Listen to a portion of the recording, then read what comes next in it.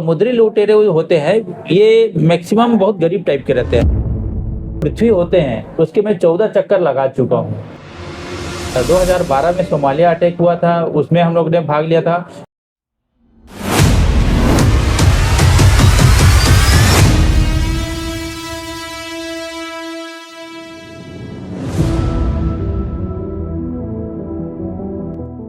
नमस्कार, मैं हूं सौरभ बख्शी और आप देख रहे हैं एजी खबर का विशेष कार्यक्रम आइए समझते हैं टॉक विद एक्सपर्ट, जिसमें हम हर एपिसोड में एक नए एक्सपर्ट के साथ चर्चा करेंगे और आपके सामने एक्सपर्ट जानकारियां सामने आएंगी।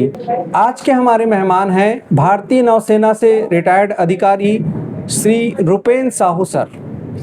रुपेन साहू सर रायपुर छत्तीसगढ़ में छत्तीसगढ़ डिफेंस एकेडमी के नाम से एक संस्था भी चलाते हैं और यह संस्था सेना में जाने वाले बच्चों के लिए एक बहुत ही जानी मानी संस्था है। तो हम सर से जानेंगे कि किस प्रकार से बच्चे सेना में जाने का अपना सपना पूरा कर सकते हैं, सेना में रहने के दौरान उन्हें क्या अनुभव हुआ, किस तरह का उनका अनुभव रहा सेना का। आज के हम कार्यक्रम में जानेंगे रुपेन साहू सर से। सर, आपका इस कार्यक्रम आइए समझते हैं में बहुत बहुत स्वागत है। जय हिंद। बहुत बहुत धन्यवाद जो आज इस कार्यक्रम में मुझे निमंत्रण दिया। और हो सकता है कि मेरा जो यहाँ पे सूचना देने का जो रहेगा कार्यक्रम उन बच्चों के लिए भी प्रेरणादायक रहेगा। हो सकता है किसी के जीवन चेंज हो जाएगा, किसी का माँ बाप का सपना सच हो जाएगा। सर, सबसे पहले हम आपसे ये जानना चाहेंगे कि नौसेना में आपका सफ़र कैसा रहा, उसके बारे में आप क्या बताना चाहेंगे? बहुत ही बेहतरीन सवाल भी है और मेरे लिए एक प्रेरणादायक शब्द है। मैंने जर्नी स्टार्ट किया था सन 2000 में भारतीय नौसेना में और 2015 में मैंने रिटायरमेंट लिया था। जब मैंने ज्वाइन किया था तो मुझे पता नहीं था कि भारतीय नौसेना होता क्या है, क्योंकि क्या हम छत्तीसगढ़ से बिलोंग करते थे और छत्तीसगढ़ में उस टाइम मध्य प्रदेश हुआ करता था। तो हमें इस बारे में कोई इतना ज़्यादा बताने वाला नहीं था। आज के डेट में जैसे आपका कार्यक्रम चल रहा है, इस माध्यम से कईयों को पता चल जाएगा कि क्या होता है भर्ती, लेकिन उस टाइम इस टाइप से जानकारी देने वाला कोई संस्था नहीं था, ना पता नहीं था। एक न्यूज़पेपर ही माध्यम हुआ करता था। तो ऐसे ही मैं उस टाइम कॉलेज की पढ़ाई किया करता था, तो उस समय न्यूज़पेपर बांटने का काम करता था। तो उसी समय एक न्यूज़पेपर रहता था, पढ़ता था, तो लास्ट पेज में एक ऑप्शन आया था कि भारतीय नौसेना में भर्ती। तो उस समय जो भारतीय नौसेना का मीनिंग भी नहीं पता था, तो मैं बोले नौसेना होता क्या है, तो किससे पूछूं। तो मैंने वो नौ जो लिखा था उसको हाथ रख दिया तो बचा सेना। तो सोचा यार सेना से रिलेटेड है तो अपन भर देते हैं, और उसको भरने फॉर्म भी भरे। फिर उसके लिए एडमिट कार्ड आया, सिलेक्शन के लिए जबलपुर बुलाया गया। तो जो प्रक्रिया थी पूरा किए और सिलेक्शन हो गया। सिलेक्शन होने के बाद मेरी जो ट्रेनिंग थी INS चिल्का जो उड़ीसा में स्थित है वहाँ पे हुआ। INS चिल्का में वहाँ पे पूरा ट्रेनिंग कंप्लीट किया गया। तो धीरे धीरे सफ़र चलता गया।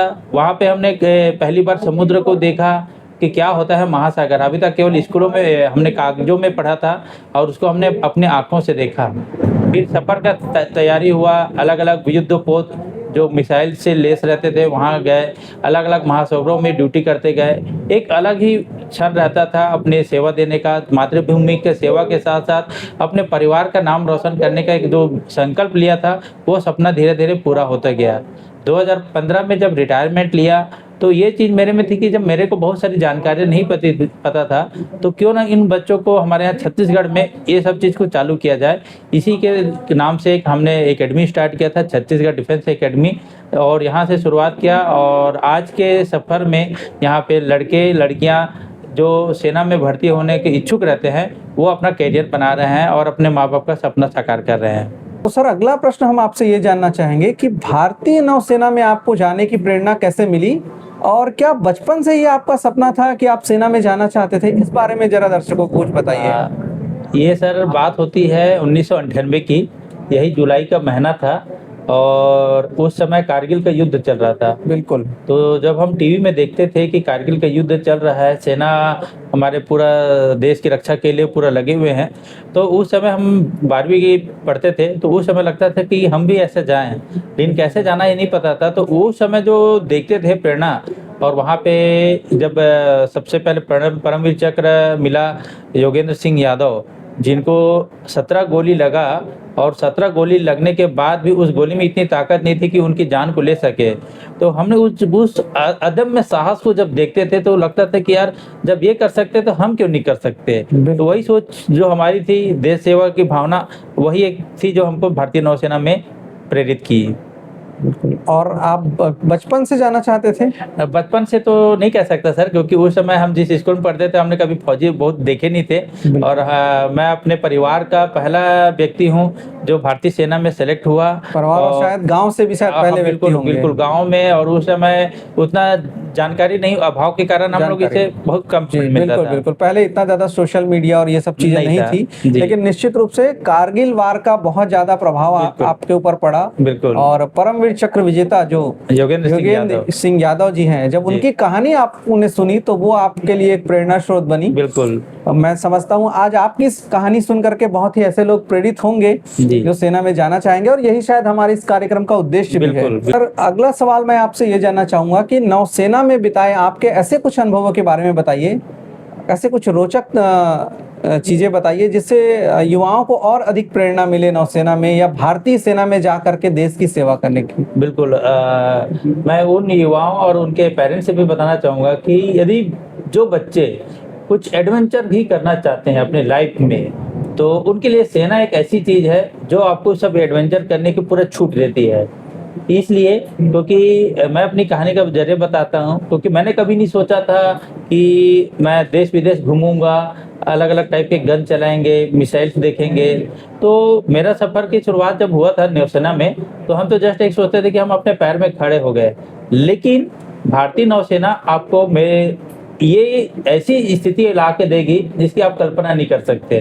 जैसे मैं कुछ ऑपरेशंस की बात करूंगा, जैसे हम भारत के नक्शे में देखते थे अंडमान निकोबार, तो छोटे छोटे दिखाई देते थे, लेकिन मेरे को हम नक्शे में जब पढ़ते थे तो सोचते यार कोई छोटा सा नक्शा ही है, उसमें छोटे छोटे कोई बिंदु हैं जो अंडमान निकोबार कहलाते हैं। मेरी पोस्टिंग सबसे पहले अंडमान निकोबार में हुई, जहाँ पे मेरे को जाने के बाद पता चला कि वहाँ पे काफ़ी सारे आइलैंड है, सेलुलर जेल है जहाँ काला पानी की सज़ा होती थी, और सबसे हमारा इंडिया की जो शुरुआत होती इंदिरा पॉइंट, जहाँ हमारा सबसे मेन जगह है अंडमान निकोबार में।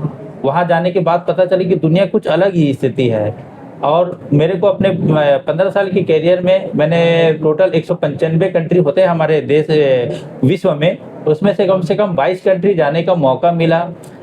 और 7 महासागर होते हैं, उन 7 महासागर में मेरे को नहाने का मिला। और मैंने अपनी पूरी 15 साल की कैरियर में कहूँ तो जो पृथ्वी होते हैं उसके मैं 14 चक्कर लगा चुका हूँ। तो ये सब जो एडवांटेज है वो कहाँ मिलेगा। और रही बात है ऑपरेशन की बात करूँ, कई ऐसे ऑपरेशन हुए जो मैंने कॉन्फिडेंशियल रहते थे, तो अंडमान में ऑपरेशन होते थे। उसके बाद सबसे मेरा मेन था सोमालिया अटैक, 2012 में सोमालिया अटैक हुआ था, उसमें हम लोग ने भाग लिया था।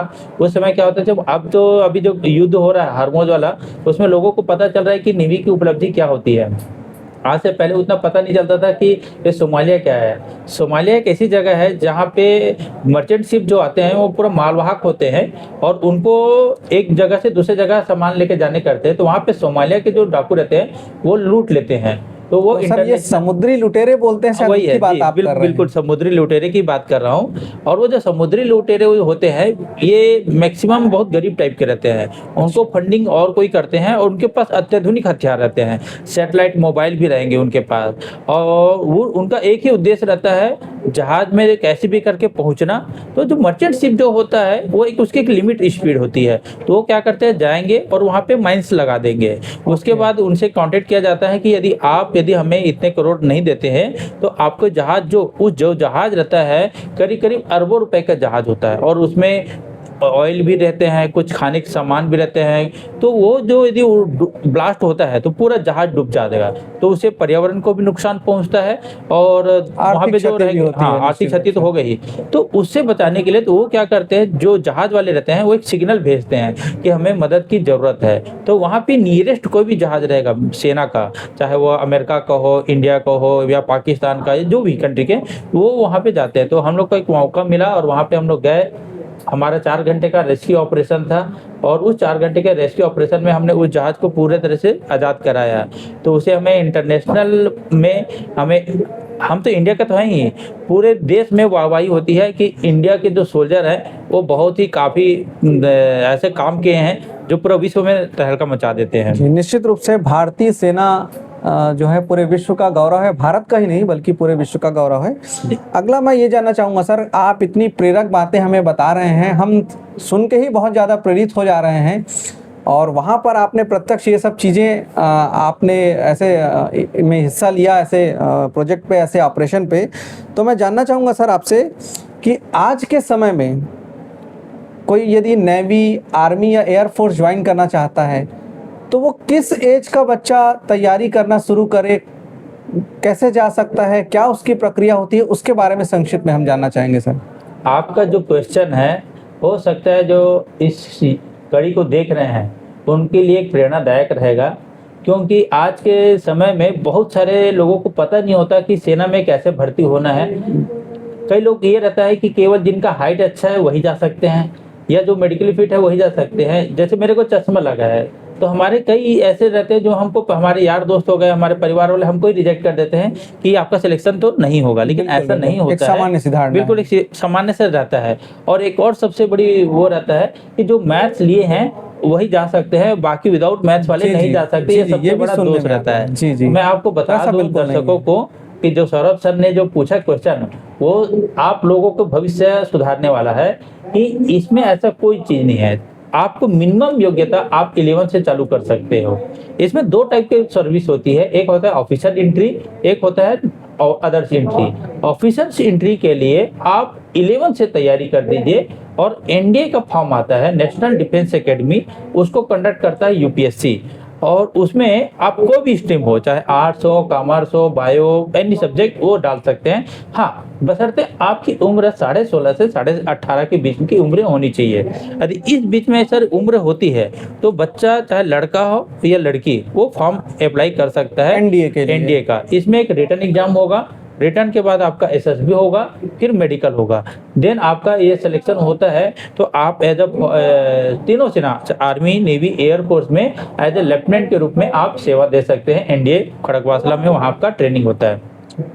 दूसरा एंट्री होता है अदर्स एंट्री, जिसमें आर्मी, नेवी, एयरफोर्स में जो सेपरेट एग्जाम लेते हैं, उसमें आर्मी का अलग होगा, नेवी का। तो ये जो साल में, हर साल में 2 बार एग्जाम होता है। जैसे आर्मी की बात करूं, जैसे 10वीं पास है, मिनिमम के लिए मैं बोल सकता हूँ 8वीं पास से स्टार्ट हो जाता है। कुछ ट्रेडमैन में भी भर्ती होता है, फिर 10वीं पास के थ्रू पे जनरल ड्यूटी में भी होता है, और नेवी में एसएसआर, एमआर, और एयरफोर्स में एक्स और वाई ग्रुप पे। और सबसे इम्पोर्टेंट है, आज के डेट में सबसे ज़्यादा वैकेंसी आती है वो है एसएससी जेडी। कम से कम हर साल 40,000 से लेकर 50,000 वैकेंसी आता है लड़के लड़कियों के लिए। एसएससी जीडी में 40,000 से 50,000 वैकेंसियां, और वो कई बच्चे उनमें भर ही नहीं पाते। और ऐसी है कि इसमें लड़के तो लड़के, लड़कियां भी। आज हमारे जिनको पता चल जाता है तो छोटे छोटे गांव के रहते हैं, उनमें कुछ एज रिलैक्सेशन भी दिया जाता है, और मिनिमम योग्यता मांगा जाता है 10वीं पास। तो सोचिए 10वीं पास के बेस में आप कितने बच्चे सेलेक्ट हो सकते हैं। बिल्कुल बिल्कुल, मात्र यदि 10वीं भी आपकी योग्यता है तो आप भारतीय सेना, चाहे वो वायुसेना हो, चाहे वो थल सेना हो, या भारतीय नौसेना हो जिसे हम इंडियन नेवी कहते हैं, उसमें आप जा सकते हैं, अपना सपना पूरा कर सकते हैं। चलिए सर, बहुत अच्छी जानकारी, बहुत शानदार जानकारी। मेरे ख्याल से ये जानकारियाँ शायद बहुत सारे लोगों को नहीं होगी, तो ऐसी ही शानदार जानकारी के लिए आप अंत तक बने रहिए। आपके सामने बहुत अच्छी अच्छी जानकारियाँ हमारे एक्सपर्ट लेके आएंगे। तो सर, हम बढ़ते हैं अब अगले प्रश्न की तरफ। मैं आगे आपसे, चूंकि आप छत्तीसगढ़ डिफेंस एकेडमी एक प्रतिष्ठित एकेडमी है पूरे छत्तीसगढ़ भर में, नहीं भारत में, जो मेरे ख्याल से अभी तक सैकड़ों से ज़्यादा बच्चे यहाँ से सेलेक्ट हो चुके हैं जी। तो मैं किसी ऐसे बच्चे की जर्नी जानना चाहूँगा सर, जो बिल्कुल कहूँगा आपकी तरह था, जिसको सेना के बारे में कुछ भी पता नहीं था जी, और वो छत्तीसगढ़ डिफेंस एकेडमी आया और आप लोगों ने मार्गदर्शन किया उसका। जी, उसको भी कॉन्फिडेंस नहीं था, लेकिन उसका सिलेक्शन सेना में हुआ और आज वो सीमा पर हमारे देश की सेवा कर रहा है। तो ऐसे कोई बच्चे की जर्नी आपको याद आ रही हो? वैसे तो मेरे ख्याल से बहुत होंगे, लेकिन किसी एक बच्चे की यदि आप जर्नी शेयर करना चाहेंगे तो हमारे दर्शकों को भी, ऐसे बच्चों को भी जो देश की सेवा के लिए सेना में जाना चाहते हैं, उनको प्रेरणा मिलेगी सर। उसका नाम है जयंत सोनवानी। जयंत सोनवानी, वो लड़का बिलासपुर के पास एक बिल्हा गांव का रहता था, और वो लड़का मेरे से 10वीं पढ़ रहा था तब से जुड़ा था जी। वो मेरे पास से फ़ोन किया कि सर मुझे इसके बारे में जानकारी चाहिए। वो एनडीए में जाने का बहुत उत्सुक था। जी। तो उसके जो घर की माली हालत मैं बता दूँ, पिताजी ऑटो चलाते थे और उसकी मम्मी बिल्कुल घर में काम वाम करती थी जाके। तो जब मैं उसको बोला कि बेटा अभी मत आओ, आप एक काम करो 12th कंप्लीट कर लो और उसके बाद आओ, क्योंकि 12th के बाद आना। 12th के बाद आया, सबसे पहले हमारे एकेडमी में हम बच्चों का पहले मेडिकल टेस्ट करते हैं। तो मैं खुद हतप्रभ रहा कि वो मेडिकली बहुत सारे 4 पॉइंट निकाला। एक उसका हाथ का कैरी एंगल का प्रॉब्लम था, दूसरा उसका नौकनी घुटने दोनों जुड़ते थे, तीसरा प्रॉब्लम उसके जो पैर थे वो फ्लैट थे, काफ़ी गरीब घर का था, पैर दो थे वो दोनों फ्लैट थे। और उससे भी बड़ा एक और चीज़, आंखों में पावर का जो चश्मा था -1.5 था। जी, 4 पॉइंट। हाँ। इच्छा तो थी सेना में जाने की, लेकिन बहुत सारी मेडिकल हाँ, दिक्कतें अब जब मैंने उस चीज़ को बताया तो बोला सर मैं ठीक कर लूँगा। जो उसका आत्मविश्वास जब मैंने देखा तो बोला ठीक है। तो मैंने उसको बोला कि मैं ये सब चीज़ कर दूँगा, आपको एक ही काम करना है। बोला क्या? आपको पूरा पढ़ाई करना है और फिजिकल करना है अच्छे तरीके से। बोला ठीक है सर। और वो मेरे को हमेशा गुरुदेव बोलता था, ठीक है हो जाएगा गुरुदेव, बस यही वर्डिंग रहता था। पहला अटेम्प्ट दिया एनडीए का। एनडीए का जब पहला अटेम्प्ट दिया, नया-नया लड़का था। सबसे इम्पोर्टेंट था कि वो प्योर हिंदी मीडियम का था, बिल्कुल गाँव के स्कूल से पढ़ा हुआ था, समझ ही नहीं आता था उसको। एनडीए के जो है यूपीएससी लेवल का पढ़ाई। जी। तो पहला अटेम्प्ट में क्लियर नहीं कर पाया। बहुत उसको भी ये लगा कि नहीं मेरे से कुछ हो रहा है, गलती कहीं छूट रहा है। फिर तैयारी किया, फिर सेकंड अटेम्प्ट दिया। सेकंड अटेम्प्ट दिया, एनडीए रिटर्न का पूरा क्वालिफाई किया, एसएसबी के लिए गया, लेकिन एसएसबी में कॉन्फ्रेंस आउट हो गया। बहुत दुःख हुआ। मैं बोला कोई बात नहीं बेटा, अभी और रास्ता बचा है। फिर तैयारी किया, फिर एनडीए का एग्ज़ाम दिया, पास हुआ, एसएसबी में गया, कॉन्फ्रेंस आउट हो गया। वो उसका लास्ट अटेम्प्ट था। बोलता है गुरुदेव मैं आपका सपना पूरा नहीं कर पाया। मैं बोला कोई बात नहीं, अभी जर्नी अभी और बचा है। फिर हमने आर्मी, नेवी, एयरफोर्स का एग्ज़ाम देने और बहुत सारे निकलते हैं उनका फॉर्म भरा है, लेकिन वो बड़ा मूडी था। वो नेवी का फॉर्म ही नहीं डाला। बोलते सर मैं नेवी में नहीं जाऊँगा तो एयरफोर्स में जाऊँगा, पहले से ही टारगेट। जी। तो मैं बोला देख बेटा ऐसे नहीं है, क्योंकि हमारे घर की आपकी जैसी हालत है उस हिसाब से कोई भी आए फॉर्म भरो। मेरा तो यही रहता है कि आप आए हो तो वर्दी पहन के जाओ, तीनों सेना में चाहे किसी को भी हो। देश की सेवा करनी है, बिल्कुल, वर्दी लेकिन हम किसी भी रंग की पहने। लेकिन होता है किसी बच्चों में कि नहीं मैं पहनूंगा तो नीली वर्दी पहनूंगा, एयरफोर्स की वर्दी पहनूंगा। जी। फिर क्या था, तैयारी किया, उसी टाइम उसके क्या पिताजी का डेथ हो गया। जो उनकी माली स्थिति घर में संभालने वाला नहीं था, वो चला गया घर जब चला गया तो जो उनकी मम्मी थी घर में कोई काम करने वाला नहीं था। मेरे को बताया कि सर ऐसी बात है, अब मैं नहीं आ पाऊंगा। तो मैं एक वर्ड बोला कि देखो बेटा यदि तू घर गया तो वापस तू कभी नहीं आ पाएगा, तो वापस आ, वो तेरा सिलेक्शन जरूर होगा। बोला गुरुदेव आप बोल रहे हो तो कैसे टाल सकता हूँ, लेकिन सर मेरी एक बड़ी समस्या है। क्या? मेरे को कम से कम हर महीने मेरे को घर में मेरे खर्च के लिए कम से कम 20,000 तो चाहिए। जी। उस खर्च के लिए वो क्या करता था, जोमेटो में काम करता था, फ्लिपकार्ट में काम करता था। सुबह के टाइम पूरा अपने दोस्त की गाड़ी लेता था और वही काम करता था जोमेटो में काम करने का, लेकिन उसे नहीं हुआ, पैसा नहीं हो पाता था। फिर क्या किया, रात को प्रिंटिंग प्रेस में जाके नंबर प्लेट बनाता था, वहाँ जाके काम करता था। उसका सिचुएशन को देख के हमको लगता था कि यार ये क्या जिंदगी जी रहा है। सेना के प्रति उसका जुनून। जी, और साथ में पढ़ाई भी करता था, ग्राउंड भी जाता था। शरीर उसका धीरे धीरे ढलते जा रहा था, क्योंकि आर्थिक स्थिति ऐसी रहता है कि किसी को घर भी चलाना है और सिलेक्शन लेना है, और सबसे बड़ी इम्पोर्टेंट उम्र खत्म हो रहा है। लेकिन वो दोनों चीज़ को मैनेज किया। पिताजी का डेथ हो चुका था, उसका गम तो था ही, लेकिन उन्होंने कसर अपने कदम को छोड़े नहीं और आगे बढ़ता रहा। एयरफोर्स का एग्ज़ाम हुआ, फिजिकल पास हुआ, रिटर्न एग्ज़ाम हुआ, मेडिकल भी पूरा पास हो गया। और कहते हैं जब आदमी पूरे तन मन धन से तैयारी करता है तो कायनात भी साथ देती है। फाइनल मेरिट लिस्ट में उसका नाम आया और बिलासपुर से पहला रैंक लेके वो इंडियन एयरफोर्स में सेलेक्ट हुआ। ट्रेनिंग कर चुका है और कुछ ही दिन में वो सेलेक्ट होके आएगा। ऐसे बच्चों के लिए कहते हैं ऊपर वाला भी हमेशा साथ देता है। आज उनकी बात कर रहा हूँ, मेरे खुद के रोंगटे खड़े हो गए हैं। बहुत ही प्रेरणादायक कहानी यहाँ पर सर ने बताई कि किस तरह से संघर्ष करना पड़ता है, संघर्ष में हमें हिम्मत नहीं हारना है तो लक्ष्य हमें जरूर मिलता है। बहुत ही प्रेरणादायक स्टोरी सर। चलिए अब बढ़ते हैं अगले प्रश्न की ओर। सर अगला प्रश्न मैं आपसे ये जानना चाहूँगा कि सेना में जाने के लिए एज क्राइटेरिया न्यूनतम और अधिकतम कितना है? न्यूनतम की बात करूं तो 16.5 से स्टार्ट हो जाता है, और मैक्सिमम जो है तीनों सेना, आर्मी, नेवी, एयरफोर्स में, तो एनडीए में तो मैं बता ही चुका हूं कि 16.5 से 18.5 होता है। और जो अभी अग्निवीर स्कीम के थ्रू आया है उसमें आपका 17 से 22 साल रहता है।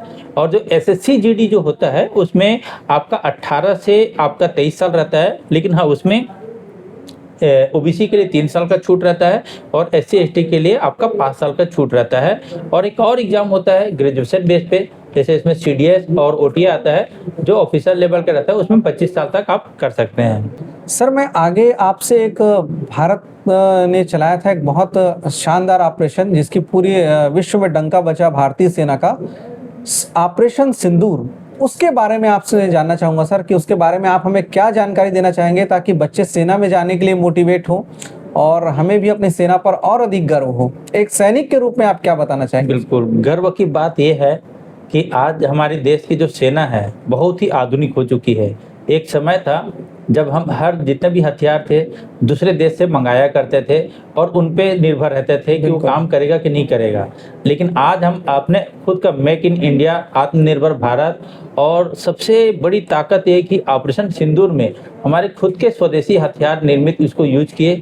और उनको यूज कौन किया? हमारे देश के ही जो यंग जनरेशन है उन्होंने उस चीज़ को कामयाबी पे हासिल लाया। जितने भी एडवांस सिस्टम बोलते हैं, कहते हैं ना, जैसा बीमारी वैसी दवा, वैसे ही ऑपरेशन सिंदूर में जैसा टाइप का मिसाइल आ रहा है, ड्रोन अटैक आ रहे हैं, तो उसी अनुसार उनको करारा जवाब दिया। और सबसे इम्पोर्टेंट रोल ये था कि हमें बहुत ही कम क्षति हुआ और दुश्मन देश को इतने ज़्यादा क्षति हो गया कि उनको सरेंडर करने पे मजबूर होना पड़ गया। और बहुत गर्व होता है कि ऑपरेशन सिंदूर में हमारे छत्तीसगढ़ के ऐसे ऐसे बच्चे थे, नाम नहीं बता पाऊंगा, कॉन्फिडेंशियल है, कि आज वो लोग उस अपने कदम से कदम मिला के ऑपरेशन सिंदूर में एक अहम रोल निभाए, और जो चाहते थे वो उनको हासिल किए, लक्ष्य को उन्होंने हासिल किए। बिल्कुल बिल्कुल बिल्कुल। तो सर अगला प्रश्न मैं आपसे ये जानना चाहूँगा कि यदि किसी का वर्दी पहनने का सपना है, वो फौजी बनना चाहता है, देश की सेवा करना चाहता है, तो आप उसकी किस तरह से मदद करना चाहेंगे? बिल्कुल सौरभ जी, मैं बताना चाहूँगा, यदि जो बच्चा यदि चाह देता है कि मेरे को फौजी बनना है, वर्दी पहनना है, तो उसके लिए सबसे इम्पोर्टेंट होता है कि वो मेडिकली फिट होना चाहिए। तो हमारे यहाँ कोई भी बच्चा जब आता है तो वो एक सपना लेके आता है कि मेरे को वर्दी पहनना है, लेकिन क्या होता है, इस प्रोसेस में 3 स्टेप होते हैं। आपका रिटन एग्जाम होता है, फिजिकल स्टैंडर्ड रहता है और मेडिकल होता है। लेकिन मेडिकल में क्या होता है, वो हमारे भरोसे, हमारे हाथ में नहीं रहता कुछ चीज़ें। तो हम क्या करते हैं, हम जो काम वहाँ लास्ट में होता है वो काम हम पहले कर लेते हैं। हम क्या करते हैं, उन बच्चे का पैर के नाखून से लेकर सिर के बाल तक पूरा टेस्ट होता है, हम उसको पहले चेक कर लेते हैं। तो उसका एक एग्जाम क्लियर हो जाता है कि वो बच्चा सेलेक्ट होने के लायक है मेडिकली नहीं है। यदि कोई दिक्कत है तो हम उनको एक्सरसाइज से ठीक कर सकते हैं। फिर होता है रिटन एग्जाम।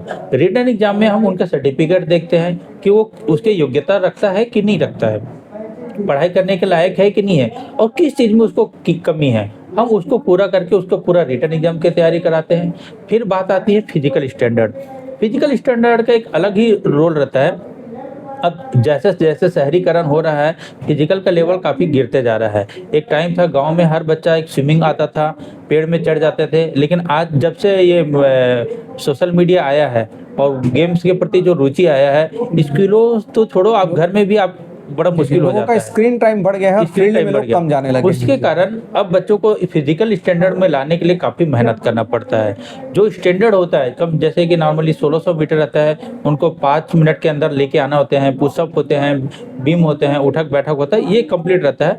तो ये हम फिजिकल में उस लायक हम बना देते हैं। तो जब एक फौजी बनता है तो तीनों स्टेप को हम कंप्लीट करते हैं, जिसमें उसको बिल्कुल यदि क्लियर हो जाता है तो वो उस वर्दी के ओर बढ़ जाता है। सर मैं चाहूँगा कि छत्तीसगढ़ के ऐसे युवा जो सेना में जाने का सपना देख रहे हैं, देश सेवा का सपना देख रहे हैं सेना में जा करके, उनके लिए आप क्या संदेश देना चाहेंगे? संदेश यही देना चाहता हूँ कि जो बच्चे, चाहे लड़के हो या लड़कियाँ, देश सेवा से बढ़ के कोई सेवा नहीं होती, और ये आपका यदि सपना है तो पूरा जरूर होगा। बस आपने ठान लिया तो सबसे बड़ी खुशी होती है आपके परिवार के, आपके माता पिता, आपके गुरुजन। और कहीं ना कहीं आपका कैरियर भी बहुत इंपॉर्टेंट रोल रखता है कि कहीं आप कहीं सरल गलत मार्ग में तो नहीं चले गए। और ये एक ऐसा मार्ग है जहां आपको अंतरात्मा से एक खुशी मिलती है कि एक देश सेवक का जज्बा। और जब आप किसी के फौज में जब जाते हो तो केवल लड़ाई ही नहीं होता, साथ साथ होता है किसी की रक्षा करना। आप और उससे बड़ी हो जाती है कि आपके परिवार आपके लिए एक अलग ही अनुभूति रखते हैं, आपके मित्रगण। तो इस अनुभूति के साथ यदि आप अपनी प्रेरणा लेते हैं तो आपका मार्गदर्शन हमेशा मिलता रहेगा। और उन आने वाली जो पीढ़ी है उनके लिए एक अच्छा सा मैसेज जाएगा कि हो सकता है कि आपको देख के कोई आप जैसा बनना चाहेंगे। इन्हीं साथियों के साथ मैं सर आप लोग का बहुत बहुत धन्यवाद देना चाहता हूं, क्योंकि इस बारे में आज के डेट में कोई नहीं बोलता कि कैसे बच्चों को कैरियर बनाएं। एजी खबर के माध्यम से आज आप मेरे को सुन रहे हैं, इनके लिए बहुत बहुत धन्यवाद। और इसी तरह आप आगे बढ़ते रहें। और जैसे सर ने कहा है, आप इसमें कमेंट जरूर करेंगे क्योंकि हो सकता है किसी की ज़िंदगी चेंज जरूर होगा। Thank you. तो आज की कड़ी को हम यहीं समाप्त करते हैं। निश्चित रूप से नौसेना के पूर्व अधिकारी श्री रूपेंद्र साहू सर ने हम सभी को बहुत अच्छी जानकारी दी। यदि आप सेना में जाना चाहते हैं तो किस प्रकार से उसकी तैयारी कर सकते हैं, क्या उसकी एज लिमिट होती है, कितनी वैकेंसियां हर साल आती हैं, और भारतीय सेना की गौरव गाथा भी उन्होंने सुनाई, जिसको उन्होंने खुद महसूस किया है क्योंकि वो खुद एक सेना के अधिकारी रहे हैं। और साथ ही साथ उन्होंने ये भी जानकारी दी कि क्या क्या सावधानियां हमें रखनी हैं कि हम सेना में जाना चाहते हैं तो उसके लिए हमें क्या क्या तैयारियां हमको करनी पड़ती हैं, इसके बारे में भी हमको जानकारी दी। निश्चित रूप से आपके बहुत सारे जो सवाल होंगे वो हमारे इस छोटे से पॉडकास्ट में कवर हुए होंगे। यदि फिर भी आपका कोई प्रश्न है तो आप हमें कमेंट बॉक्स पर लिखें, हम कोशिश करेंगे उन सभी प्रश्नों का उत्तर दें। यदि आपको वीडियो अच्छी लगी हो तो हमारे चैनल एजी खबर को सब्सक्राइब कीजिए, वीडियो को अधिक से अधिक लोगों के साथ शेयर कीजिए ताकि देश की सेवा करने वालों का सपना पूरा हो सके, उन्हें पता चले कि कैसे हम सेना में जा सकते हैं। इस अंक में इतना ही, मिलते हैं अगले अंक में फिर एक नए एक्सपर्ट के साथ और जानेंगे कुछ नई बारीकियां, नई जानकारियां। तब तक के लिए नमस्कार।